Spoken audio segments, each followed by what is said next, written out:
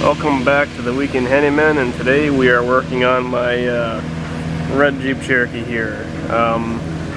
The next job that I want to do is install a transmission cooler on this Jeep to help keep my fluid clean, because obviously with 35-inch tires and overland trips and wheeling trips and whatnot, transmission seems to get a little hot, or so I would think. There's only been one time I've actually checked it and it was pretty warm. So I've decided to install a transmission fluid cooler on it to keep my fluids clean, or not clean, but cool. I have decided to go with a BMM supercooler. I went with the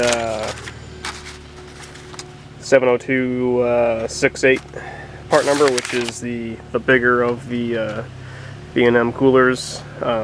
Come with some simple instructions, but they're okay if you figure them out or know what you're looking at. It comes with a lot of different fittings and different ways that you could potentially mount it, because it is a universal kit technically. And the cooler itself is quite large.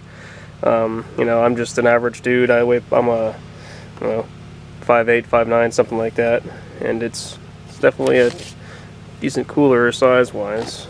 Should do plenty good job.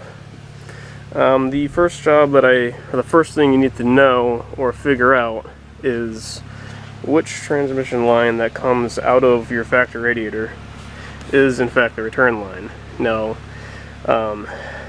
if you wanted to actually check it, you could remove both lines and see which one squirts fluid out at you, one at a time, of course.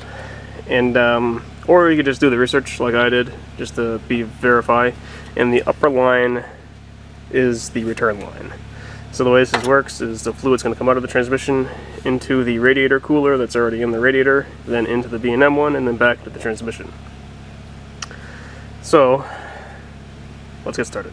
Alright, we're back here in the Jeep, and the air box would normally be right here, whichever move for access of hands and obviously for filming. This is the return line. This is the radiator cap is right here. This is the upper line that comes out of the transmission. It's the return line. So it happened to be a 3/4 inch wrench that undid it. Now, if you haven't ever changed your radiator or something like that, that line is probably on there pretty damn good, but it will come off. The B&M transmission cooler supplies a few different size barb fitting stuff. So this is the one that goes in place of this on my vehicle. Happens to be a Jeep Cherokee. So I'm just going to screw that back on there. Put a little bit of thread, anti-seize grease on there. Don't know if it's worthwhile to do that, but that's what I decided to do. Then I'm just going to come in there and tighten it with my 3/4 inch wrench. However I can get it to fit. It's a pretty tight fit in here, even with the air box out. But put some tightness on it and move on to my next step. For my next magic trick, I'm going to remove this inner grill area of my Jeep, so I can allow me access to back behind there, so I can actually mount the cooler itself. It's only held in by Phillips head screws. They aren't very tight, but you never know what you run into.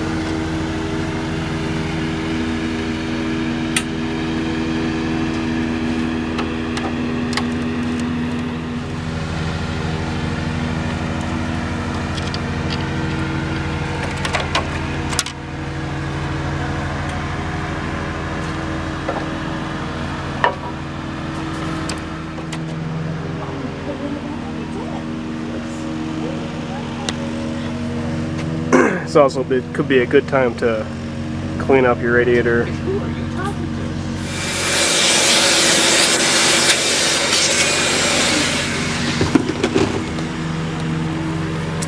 If you do decide to do something like that, be very gentle. I only did down the bottom edge mostly because there's some smudge spilled up in there, but if you start bending over all of those fins, you'll start reducing the cooling of the Jeep overall. So definitely be very gentle if you decide to do that. You know, lightly spraying it with the hose, I suppose, is another option. You could also, of course, now have complete access to the radiator, so you can inspect its condition and see if there's any leaks in it and whatnot. So if you're reading the instructions, the first step is to actually mount this cooler. I'm doing things a little bit reverse. I took care of the lines first and took care of that stuff to make sure I wasn't going to run into any issues, so I could take care of that first and then get back to mounting my cooler. So per the instructions, they have these little cushion pads and they go on the back side of the cooler, so when you push it up against the radiator, it's not just metal to metal contact. So I've already decided about where I'm going to put it. I'm going to put it here, sort of favored to the driver's side of the Jeep. So because there's an electric fan right there, I didn't want to block the entire electric fan, but I wanted it to have some of the effect of the electric fan pulling air through the radiator. This side of the radiator is covered by the mechanical fan. That doesn't always work. The electric fan is more trustworthy and will be more useful in the not-run situation, because that'll be on at low engine speeds, unlike the mechanical fan, which requires the engine speed, which I won't always have the engine racing in a not-run situation. So anyways, back to what I was doing is just I was verifying where these holes line up and which ones I was going to use. So it'll be the outside holes around all the way.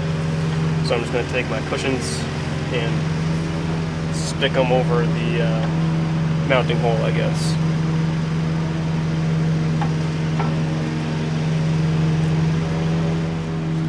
I'm going to use this hole. So there's a little punch out in the middle.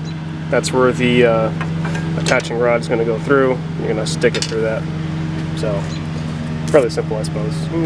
To remove that little inner part, if you push on the pad a little bit, it'll push the center out and you can just sort of roll it out of the way.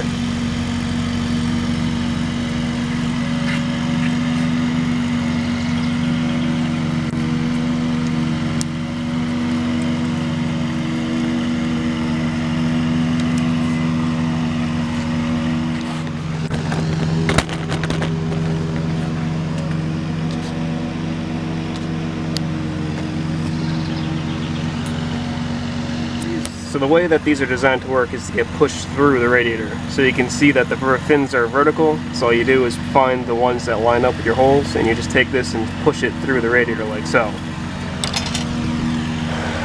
So what I've done is I just have two of them on the top, and I'm going to find which fins they get lined up with, and just going to push them through the radiator, and then there's a clip that goes in the back to hold everything in place. Then I'll just, wherever it lines up, do the same on the bottom. This is the positioning that I decided to go with. I now have my clip things on all four corners. I just have to go ahead on the back side and stick these over what's sticking through the radiator, and it basically works like a zip tie. Now of course every vehicle is different, but you might have to remove an electrical fan or remove parts that are attached to the front of the engine or attached to the radiator more specifically, because depending on where these come through, it might be pretty difficult to get to them. Luckily, I think I might luck out and be able to get to all of them, but you just stick that zip tie type clip through here and you pull it all the way down and snug it up against the radiator. Not too tight, but just enough so it's all snug and not shaking around. And then of course snip off all the excess, so it's not getting tied up in your radiator, fan belt, and all that good stuff. We're gonna go back into the Jeep. I have my hose here, sort of routed kind of where I want it. For me, I was able to sneak my hose up around there, so I'll make it do a 180, I guess, and squish the line over there. They also do supply clamps, well, that's good. There are a bunch of different routing options. This isn't necessarily the best, it's not the worst. Whichever works for you is what you need to go with. But basically all you're going to do is stuff this line over the top of the barb fitting with your hose clamp on there already of course, and then you're just going to clamp her down. So I'm down here underneath the Jeep now. This is the line that's going to go back into the transmission. This is the return line that I had undone at the other end there. So what I'm going to do is actually just cut the hard part of the line right here and slip this over and squish down the clamp. There are a few options, of course. You could go get a union barb fitting and cut the soft line right here and then union mate the two soft lines together. The instructions are kind of vague on how they recommend doing it, so what I'm going to do is just take a pipe cutter like this and just make a slice there and then slip this over.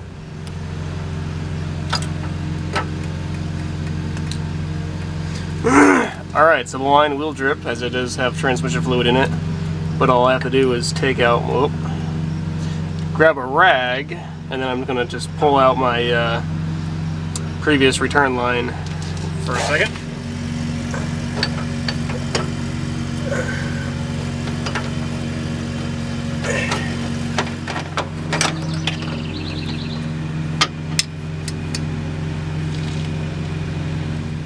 And as you can see, because I used the pipe cutter, it's a completely clean cut.